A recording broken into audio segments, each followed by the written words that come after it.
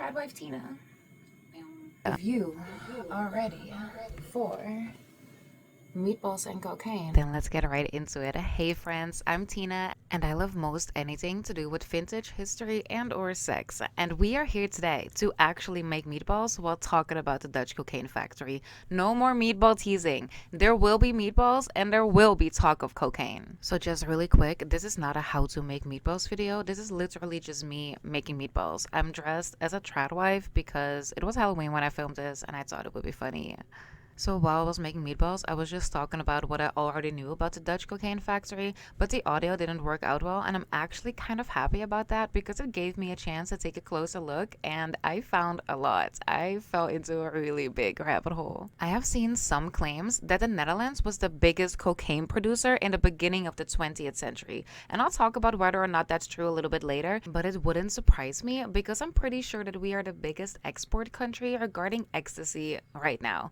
But that's a story for another time. One of the reasons for this alleged number one spot was the Dutch cocaine factory, the Nederlandse cocaïnefabriek in Amsterdam, founded by the Colonial Bank.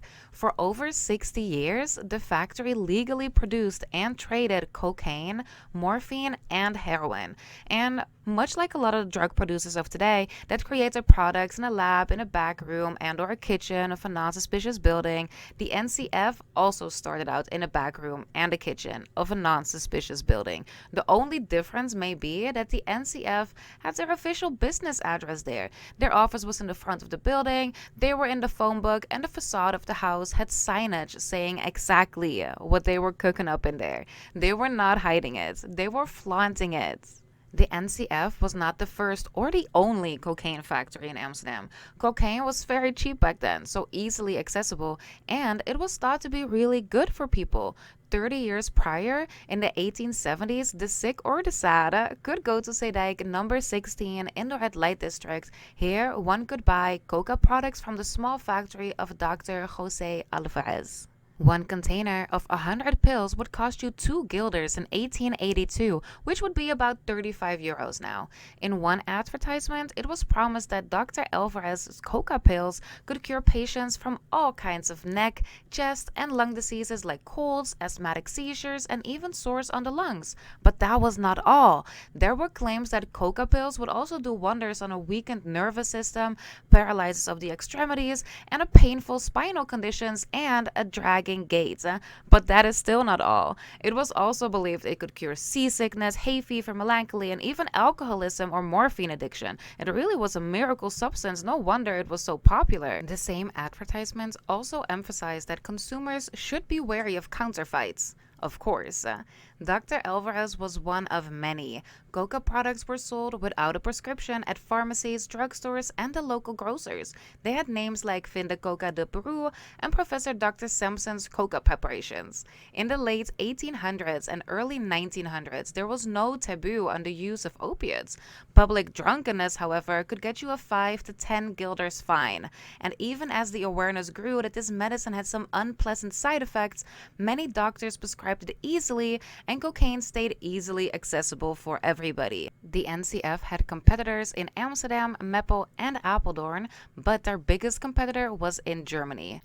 It all started around 1860 when the first successful extraction of cocaine from the coca leaves took place. The coca leaves originally came from Bolivia and Peru was the main supplier for Europe at the time. Most of it would find its way through Europe via the ports in Hamburg, Germany. Dutch traders quickly realized the major profits that could be made, so in 1878 they sent a shipment of coca bushes from South America to the Hortus botanicus plantation in Java. The crop was grown for commercial purposes in Java and to a lesser extent Sumatra and Madura. By 1890, the first shipment of Java coca was ready to be shipped to Europe. The first batch was small and the quality was not good. The Colonial Bank was a so-called culture bank. They had financial interest in enterprises dealing with tropical agriculture and forestry products, and in 1884 they were actually struggling. Due to the enormous drop in agricultural prices, the Colonial Bank had to raise money from shareholders to be able to continue to exist. But this downfall did not last long. By 1891, they allegedly already traded approximately 20,000 kilo of cocaine. Up until 1895, the Java coca was only sold to one buyer who was thought to be German.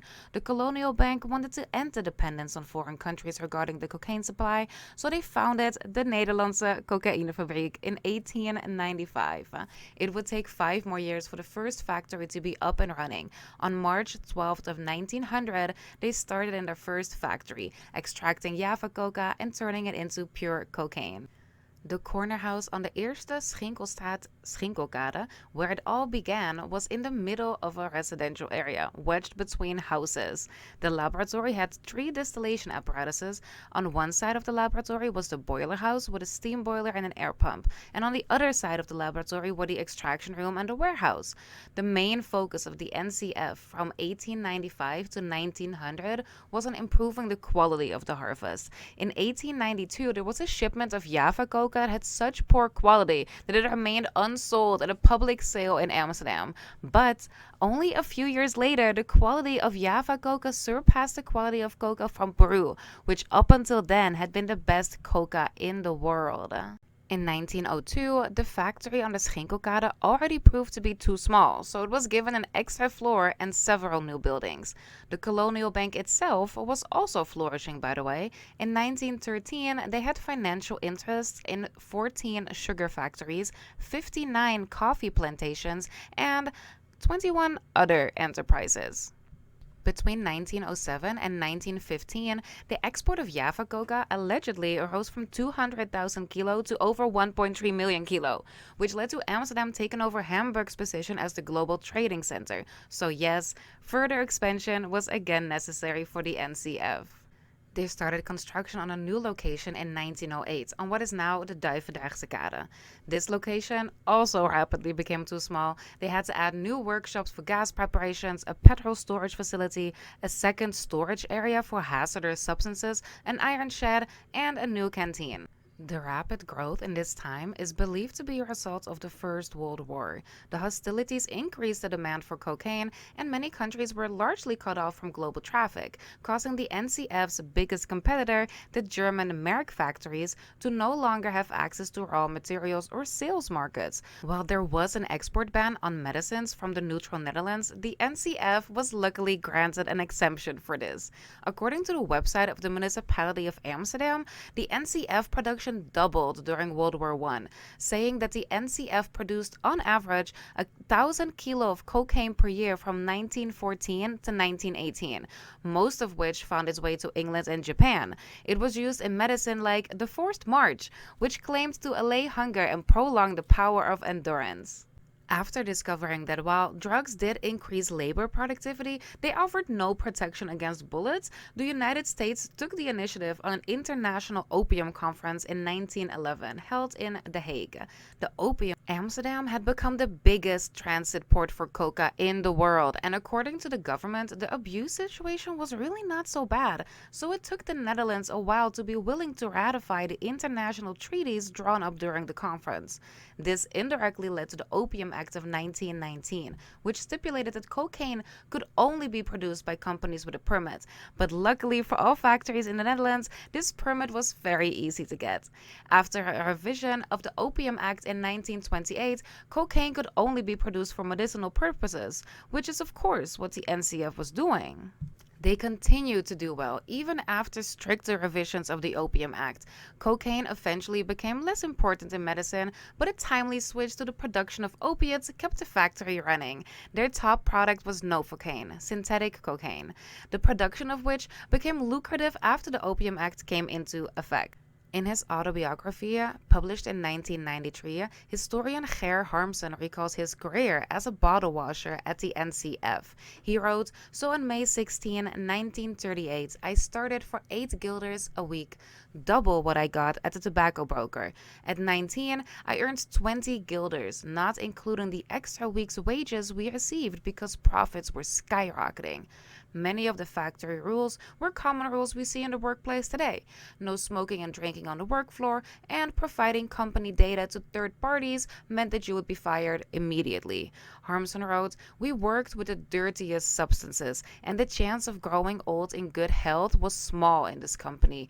A funeral wreath for the deceased and an advertisement for recruiting a new worker cost less than safety measures," a manager cynically made them understand. Even though it was hard work and working conditions were poor, the workers refused to fight for the improvement of these conditions because the wages were high and there was a pension scheme. A box of cigars was often all that was needed to persuade the labor inspectors that there were no issues, and sometimes just a little note from a friend to a friend was also enough. And though it's not mentioned anywhere, I'm sure that a bit of Java coca also went a long way. In the early 1930s, the NCF started to manufacture opiates like morphine and codeine, trying to fill the gap that was left by the disappearing market for cocaine. However, the margins were small and thus less lucrative. After the start of World War II, the NCF saw increased profits on its opiates because of market shortages. When Germany invaded the Netherlands, the NCF started producing ephedrine and amphetamine, although some sources say it's false that the NCF ever produced amphetamines. After the war, poppy straw was imported from Turkey and Yugoslavia and production picked up again. In the 50s, building permits were even still being requested. In 1962, the Koninklijke Zwanenberg-Organon, the KZO, later known as OXO, even later known as OxoNobel, acquired shares of the NCF. And not long after, also was able to buy shares of the NCF's biggest competitor, the VPF, de Verenigde Chemische Fabrieken, te Apeldoorn. OXO merged both of these companies, which resulted in the move of the production to Apeldoorn and then closing the doors of the NCF forever. The factory buildings in Amsterdam came into the hands of the Bank for Real Estate, and after that the N.V. Weesperstaten, which requested and received permission to demolish the old factory premises on October 4th of 1965. One building was not demolished and became actually the Hells Angels Clubhouse until 2013. The original factory on the Schinkelkade became used for different things after the NCF left. It was, amongst other things, used by a cheese exporter, a street sweeper's workshop, a carpentry workshop, before it became a youth center until the building was converted in 2012 into spaces for a general practice and a physiotherapist on the ground floor and apartments above. Now imagine living in the OG NCF factory. That's actually so iconic. Some sources say that in the early 1920s, the NCF was the market leader in cocaine, manufacturing 20% of the world's cocaine. The highest yearly production was around 1,500 kilos per year. Other sources claim that they were actually only responsible for 10% of the world's cocaine. In the book De Handelsreiziger van de Nederlandse Cocaïnefabriek, Connie Braam writes about soldiers during World War I being offered Dutch cocaine while in the trenches.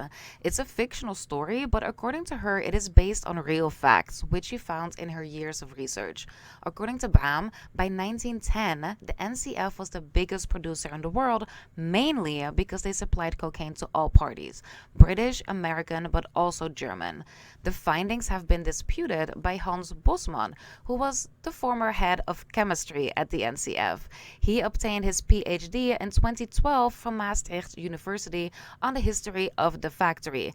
In his dissertation, he notes much lower estimates on cocaine production during World War I. Bosman also wrote that cocaine was never made for soldiers. Connie Braam wrote in her book that on average 30,000 kilo were exported between 1914 and 1918. However, Bosman, former chief of the NCF, says he found figures between 500 and 900 kilos per year. Twan Pieters, professor of history of pharmacy at Utrecht University, said the Netherlands did become the largest producer of coca leaves. Java's share of the global coca trade was around 70%. But where did these leaves get shipped to? According to Pieters, partly to the NCF, but most of the leaves found its way to the German Merck factories. He said between 1914 and 1920, 12,600 kilo of cocaine per year were produced worldwide, and 6,800 kilos of that came from Germany and 700 kilo came from the Netherlands. The Netherlands was thus the largest producer of coca leaves, but most of the cocaine came from the German factories. While they couldn't agree on a lot, Bosman and Braam did agree that the NCF was sending shipments to all fighting parties during World War I, with the help of the Dutch government. One of the many uncomfortable findings about the NCF is that they allegedly supplied the German troops with amphetamines during World War II, and this collaboration is something many people, including historians, do not seem to want to discuss. This might be the biggest taboo in the entire NCF history.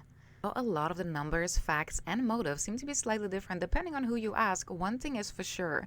The Dutch cocaine factory, the Royal Dutch Cocaine Factory, I should say, is and will always be one of the many legendary tales of Amsterdam history.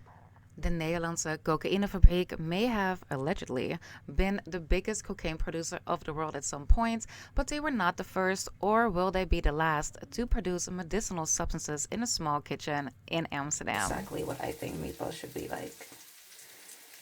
Meatballs are not that difficult to make, okay? They are not.